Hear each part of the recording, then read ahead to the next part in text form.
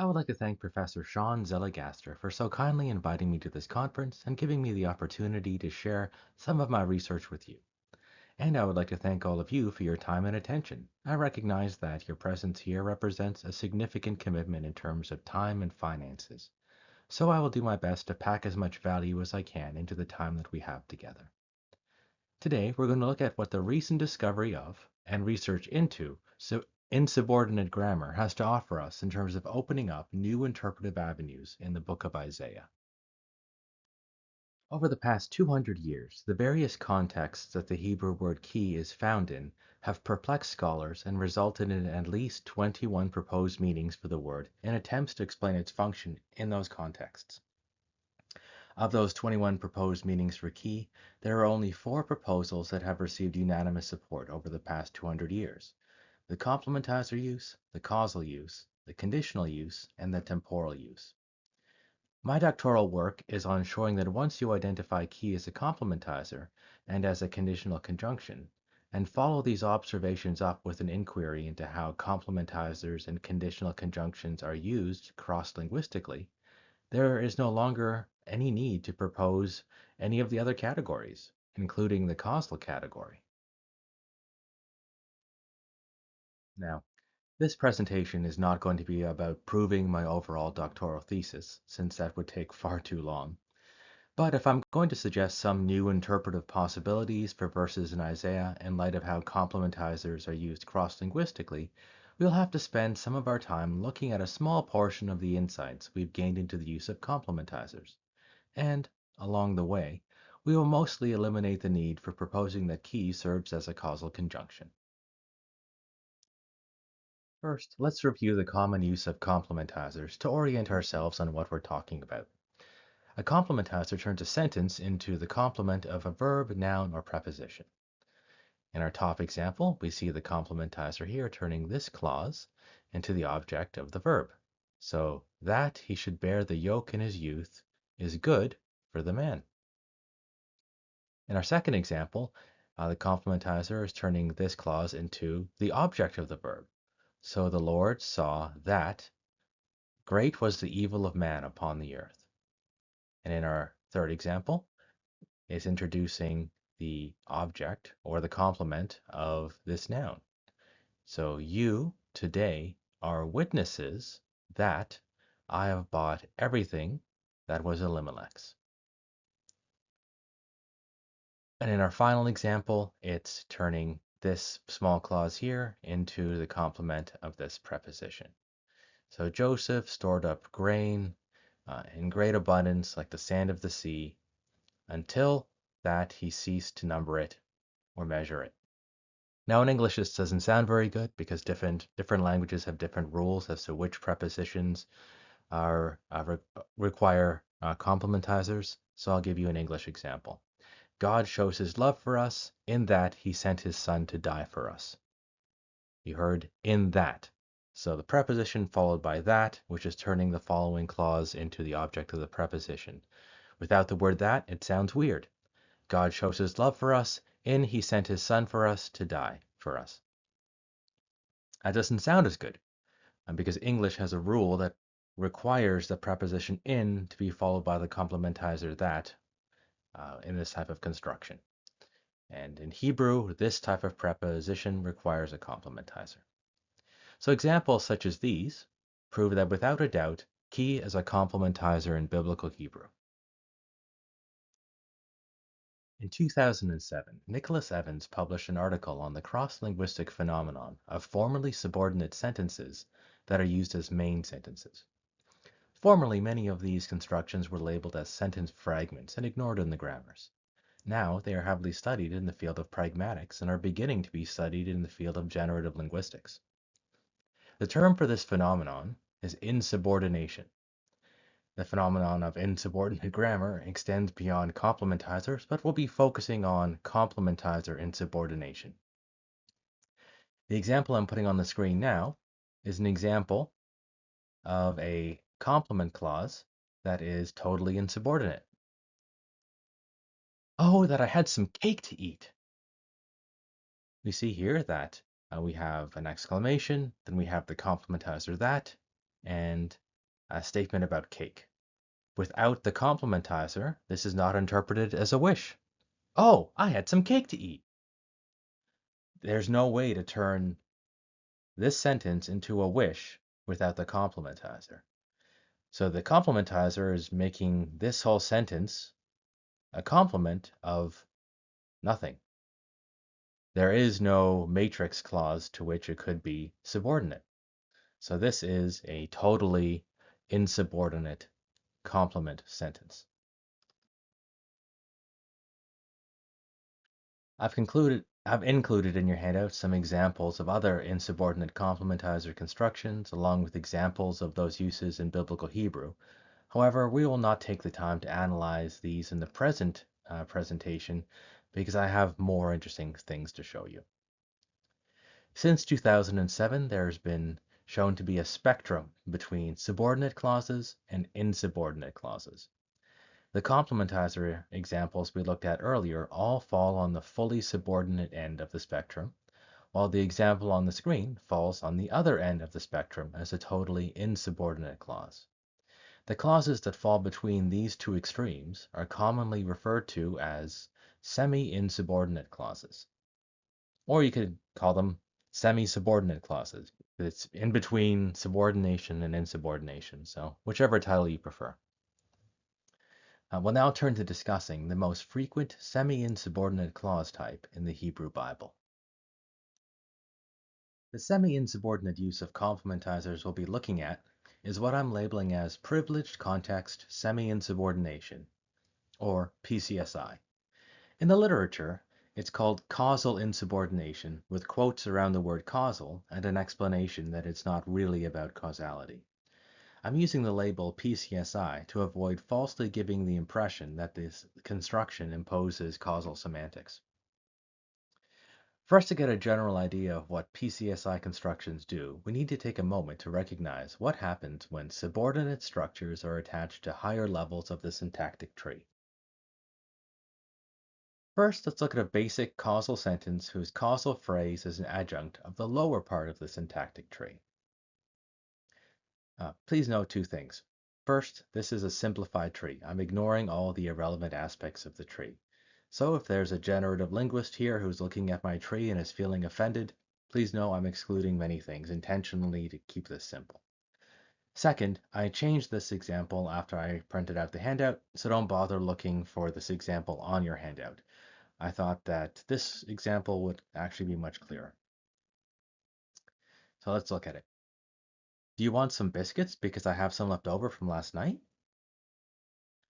Here we have the causal adjunct explicating a cause and effect relationship between the event specified in the verb phrase and the content of the adjunct clause. The speaker is asking if the reason that the addressee wants some biscuits is because he has some left over from the previous night.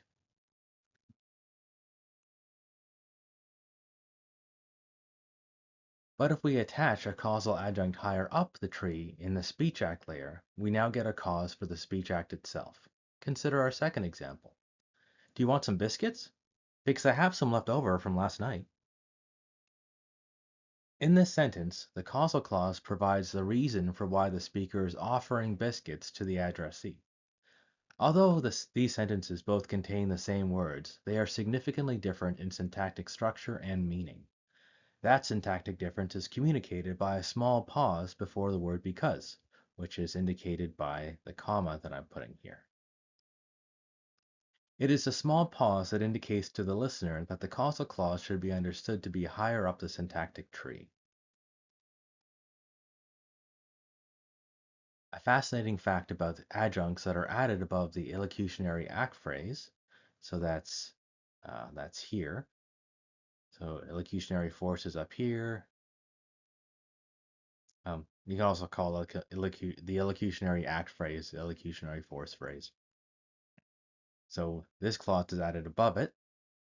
So a fascinating fact about things that are added above this part of the grammar is that they can have a different clause type from the main sentence. Consider our third example. Don't drink from the poison vial, because why should you die? Here we have an imperative in the matrix clause and a rhetorical question in the causal adjunct, which has the clause type of an interrogative. This is only possible when the adjunction is above the illocutionary act layer.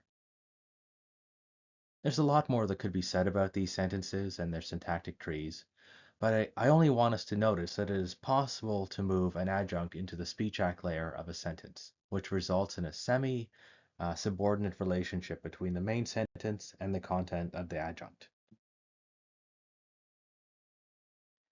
So we have speech act causality when we place a causal adjunct in the speech act layer. We can also put a condition on a speech act through adjunction of a conditional clause. When this happens, it's called an appropriateness or relevance conditional. Let's look at the speech act conditional construction on the right-hand side of the screen. Biscuits will be on the table if you feel hungry. In this example, the existence of biscuits is not premised upon whether or not you feel hungry. The biscuits will be on the table regardless of whether you feel hungry. But if you don't feel hungry, then the assertion in the main clause remains true, but irrelevant, and so is to be dismissed by the hearer. We commonly hear things like, if you don't mind me asking, how old are you? If the person does mind me asking, if the condition is not fulfilled, then my question is to be disregarded.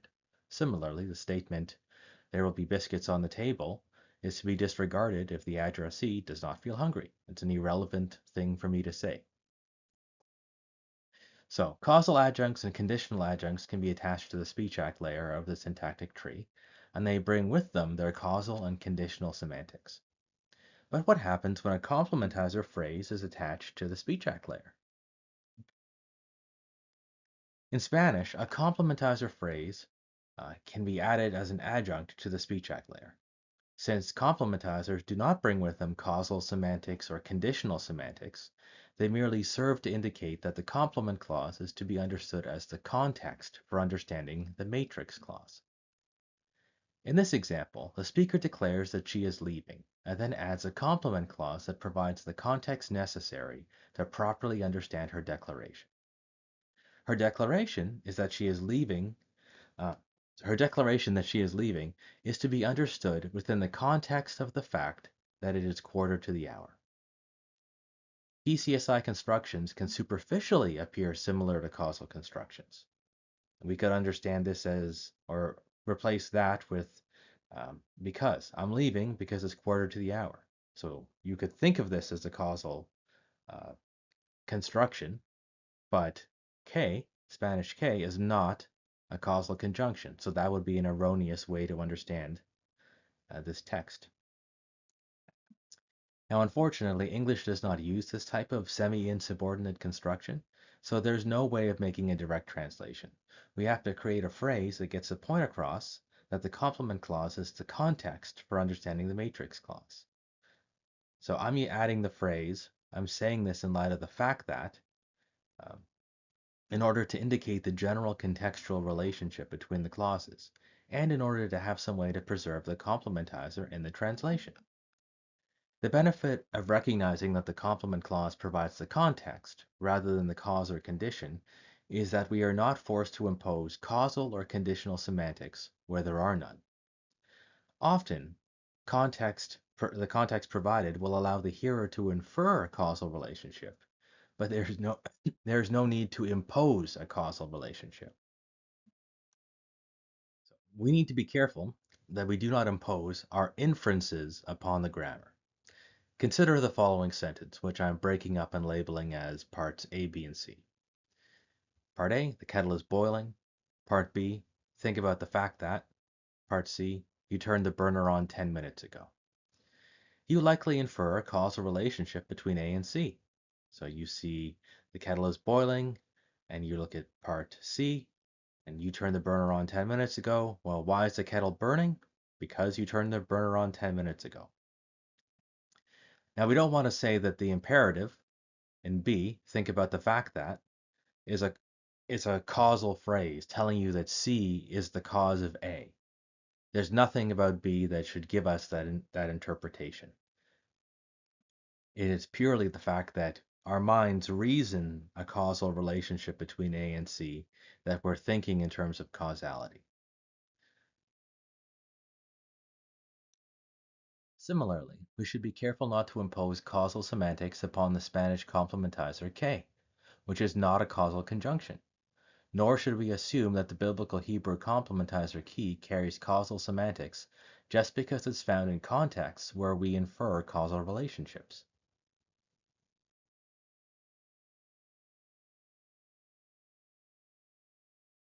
As we saw with speech act causals, a different illocutionary force is possible within an adjunct of the speech act layer.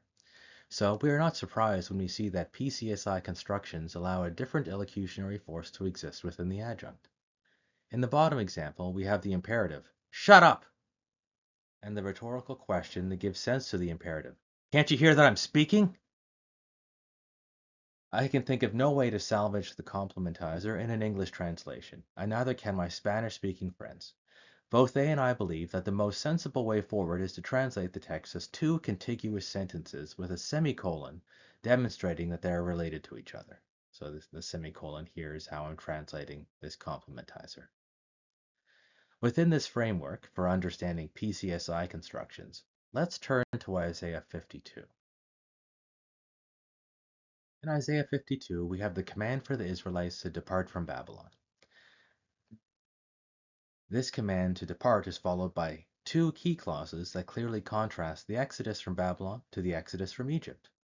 In the original exodus, there was no command to keep clean, and there were no holy vessels that needed to be carried. So this exodus from Babylon has some differences from the original exodus. If Isaiah's audience heard the imperatives to go out and recall the exodus departure that happened in great haste, they might conclude that they must similarly depart in haste, and in a hasty departure it is difficult to ensure that one remains clean. The new aspect of needing to remain clean in order to properly bear the vessels of the Lord does not coincide well with the idea of having to rush, since rushing creates more opportunities for mistakenly becoming unclean. So the author wants to address the problem of conflicting notions of caution and assumed haste. Now, recall our final PCSI example where a complement clause was used to provide context for understanding a preceding imperative. If we consider this first key complement clause in the same light, then we can see that the author is providing the context for the command that makes sense of how such caution is possible in the midst of a new exodus. Essentially, the command for caution is sensible in light of the fact that this new exodus won't involve a hasty retreat. There will be ample opportunity for doing things properly. The second key clause provides context for understanding the claim that the people will not scramble to flee. Essentially, unlike in the original Exodus when Amalek picked off the stragglers in Exodus 17, there will be no opportunities for the stragglers to be picked off in this new Exodus.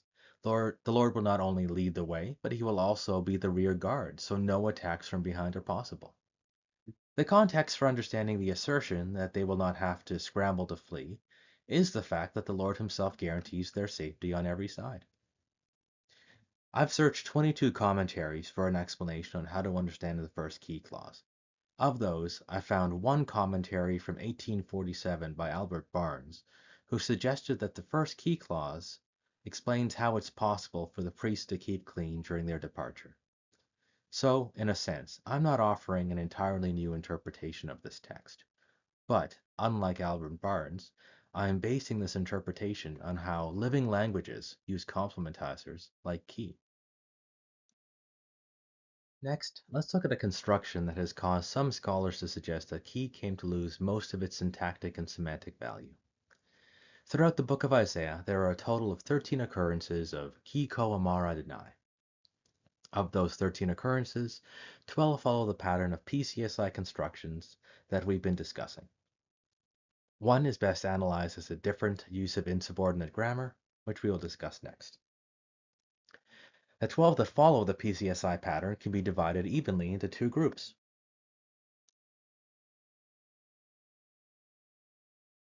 In the first group, the PCSI construction provides context for a preceding prophetic section that is clearly introduced by ki ko amara denai. In the second group, the PCSI construction provides context for a preceding prophetic section that has no clear introductory formula, but which may still be understood to be a coherent unit. We'll look at a simple example of the first group. If we look at Isaiah 56 verses 1 to 7, we see two prophetic utterances from the Lord. The second utterance in verse 4 begins with key. I have the Hebrew text up on the screen, and I'll give you my rough translation of the text. Thus the Lord has said, keep justice and do righteousness. Then we have this key clause giving us the context for understanding these imperatives. So that, or in light of the fact that, my salvation is near to arriving, and my righteousness to being revealed. Blessed is the human that does this, and the Son of Man holding fast to it, keeping the Sabbath without profaning it, and keeping his hand from any evil, or from doing any evil. Let not the son of the foreigner who has joined himself to the Lord say, the Lord will certainly separate me from his people. And let not the eunuch say, look, I'm a dry tree. And all of this is said in light of the fact that, thus the Lord has said, to the eunuchs that keep my Sabbaths and choose the things in which I delight and are holding fast to my covenant, I will give to them in my house and in my walls a memorial, and a name better than sons and daughters. An eternal name I will give to him that will not be cut off. And the sons of the foreigner who have joined themselves to the Lord, to serve him and to love the name of the Lord, to be his servants, every one keeping the Sabbath without profaning it, and holding fast to my covenant, I will bring them to my holy mountain, and I will cause them to rejoice in my house of prayer. Their burnt offerings and their sacrifices will be acceptable upon my altar, that my house will be called a house of prayer for all the nations. So this key here I'm interpreting as a purpose clause, introducing a purpose clause. Many of the world's languages, including English, just use the complementizer that to introduce a purpose clause, and I think the same thing is happening here. As we compare the two utterances, it's undeniable that they're clearly related to each other. The eunuchs, the foreigners, the Sabbath, the covenant keeping are all addressed in both sections. The mentions of doing justice and righteousness in the first section are best understood as being referred to again in the mention of keeping the covenant, because the covenant requires justice and righteousness. The terms enosh, and ben Adam, mentioned in verse 2, are terms for human beings in general, not Israelites in specific. The eunuchs and the sons of foreigners mentioned in the following verses are categories of humanity that the Lord is addressing here. A series of questions may arise for a reader of the first prophetic utterance. What is the context that makes sense of the imperative for the Gentiles to do justice and righteousness? In what context does it make sense that such people will be blessed? How can a eunuch who is incapable of having children not consider himself a dry tree? How can people who are not born into the covenant be confident that the Lord will not separate them from his people? What is the context that makes sense of these imperatives? The context is provided in the following prophetic utterance that is introduced by key. Essentially, this PCSI construction tells us that this second utterance is the context for understanding the first. The eunuchs, foreigners, and everyone who keeps the covenant and the Sabbath will have an eternal place in the Lord's house, will be his joyful servants, and will have a better name than some sons and daughters of Israel. This is the context that provides sense to the imperatives to the Gentiles in the first utterance. So, to summarize, the commands in the first utterance receive their interpretive context based on the assertions in the second utterance. The interpretive relationship between the utterances is signified by the PCSI construction introduced by Key. In 2017, Christian Locatell analyzed Key in this same expression and ultimately concluded that Key had lost so much of its causal semantics that it had become a bleached discourse marker that signals nothing more than continuity or perhaps elaboration. By understanding key as a complementizer that has been promoted to the speech act layer, as we saw in the Spanish examples, we can understand its discourse function without having to propose that key is shifting in meaning or undergoing semantic bleaching. In short, complementizer key is functioning here in the same way that we would expect it to function based on how complementizers are used in other languages. I had mentioned that there was one occurrence of ki ko amara deny that does not fit the PCSI pattern. That occurrence is found in Isaiah 30 verse 15. We can see that the quote from the Lord ends near the end of verse 15, with the author indicating how the people responded to the quote from the Lord with the last couple of words. So, thus says the Lord, the Holy One of Israel, thus said the Lord, the Holy One of Israel, by repentance and rest you may be delivered, that your might be through quietness and trust. But you were unwilling. So how might we understand this use of key? If we turn again to Spanish, we see that Spanish speakers commonly use a construction exactly like this. The literature has various titles for it. I call it a contextual comment because the speaker is commenting on something that is in the situational or conversational context. Consider this transcription of a conversation in Spanish. Speaker C wants to get more interest from the Bancaja Bank, or he wants to take money out and move it elsewhere. Speaker B doesn't believe that they know anyone at the bank who would want to help, so she begins to predict that Speaker C is going to fail. Speaker C interrupts her and asserts that he believes that Speaker B should know that he knows the bank director. Speaker C's final assertion is introduced by the Spanish complementizer K. So Speaker C is saying, before I take it out from Bancaja, I will ask them. If they will give me more interest, I will leave it in Bancaja. Speaker B says, Bancaja, we don't know anybody now. You're going to fall flat on... And Speaker C responds, remember that I know the director. Now, there is no remember. I'm putting that in brackets. But this is their way of telling their audience that you should know this. I've either said this before or should be an established fact. This type of construction is used when the speaker believes that the hearer should already know this information. Since we don't use this type of construction in English, we have to create a roundabout phrase to get the same idea across. So in this case, we'll translate it as, remember that I know the director. So let's consider if this makes sense of our verse in Isaiah. So if we treat this complement clause as a contextual comment like the Spanish example, then we have a perfectly comprehensible verse. Recall that thus the Lord said, the Holy One of Israel, by repentance and rest you may be delivered, that your might be through quietness and trust, but you were unwilling. The author calls his audience to remember a previous statement by the Lord. Then the author contrasts that quote with the statement on how they responded to what the Lord had said. And with this, we can explain all of the occurrences of ki ko amara deny in the book of Isaiah, with simply understanding complementizer key as functioning along the same lines as complementizers function in living languages, like Spanish. And finally, I'd like to share with you two types of common rhetorical strategies involving conditional constructions, one of which helps us understand portions of the books of Isaiah. As you know, a conditional construction is made up of two parts, the antecedent, the if part of the sentence, and the consequent, the then part of the sentence.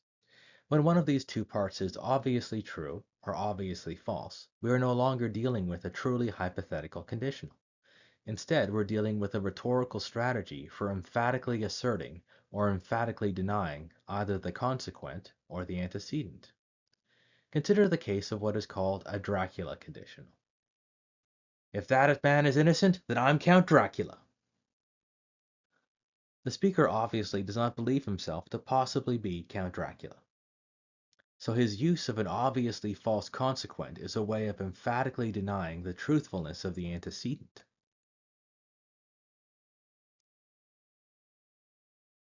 The opposite of a Dracula conditional is a reality conditional. Consider this example. If, as we just saw, the food was spilled on the floor, we're going to need to order more food. Reality conditionals involve an antecedent that the speaker considers to be a factual reality. In this case, the speaker and the people he's speaking to all saw the food just get spilled on the floor. The consequent, which is the need for them to order more food, is emphatically affirmed by the obvious truthfulness of the antecedent. We can think of this as a speech act conditional that emphatically affirms the appropriateness of the statement that they need to order more food. Since we know that key is also a conditional conjunction, we must be open to the possibility that it is being used in either Dracula or reality conditional constructions. I believe that Isaiah 40 verses 13 to 14 is best understood as a reality conditional, where verse 13 is obviously true, and so verse 14 is emphatically asserted by the speaker. If I, the Lord your God, the one grasping your hand and your right hand, and am the one saying to you, do not be afraid, I help you, then do not be afraid, Jacob, you maggot. O men of Israel, I myself help you. If we're reading verse 14 as being emphatically asserted, then it's not surprising that the derogatory term maggot is included. Emphatic statements are a natural place for derogatory statements to be found when the speaker is displeased. If we look at the context in which these verses are found, we see even more support for the suggestion that we're dealing with a reality conditional in this text. If we look at the text in this context, we find that the Lord has already said these things in the previous verses. In verse 9, we read about how the Lord has grasped his serpent, and when we look down to verse 13, we see again the Lord describing himself as grasping his servant. In verse 10, he tells him not to be afraid because he is with him and that he will help him. In verse 13, we see the same wording. In context, we clearly see the content of verse 13 as already known to be true by both the audience and the speaker, which then means that the content of the consequent in verse 14 is emphatically asserted. What is being emphatically asserted? The command not to be afraid and the fact that the Lord himself is their helper. They should not be afraid because the Lord supports them and is repeatedly telling them not to be afraid. But apparently they keep on being afraid anyways. So the Lord again commands them not to fear and shows his contempt for their ongoing fear by calling them maggots, which are weak and disgusting creatures. While the Lord is present to support and comfort them, he is disgusted by their ongoing distrust and fear, despite his presence and ongoing affirmations of help. A reality conditional reading makes excellent sense of this text and helps us to understand the presence of the insulting term, maggot. In closing, it is my hope that this presentation on applying some of what the field of linguistics has recently revealed about the cross-linguistic use of complementizers has been helpful to some of you in expanding your interpretive toolkits and opening up new interpretive possibilities. Thank you for your time and consideration of this content.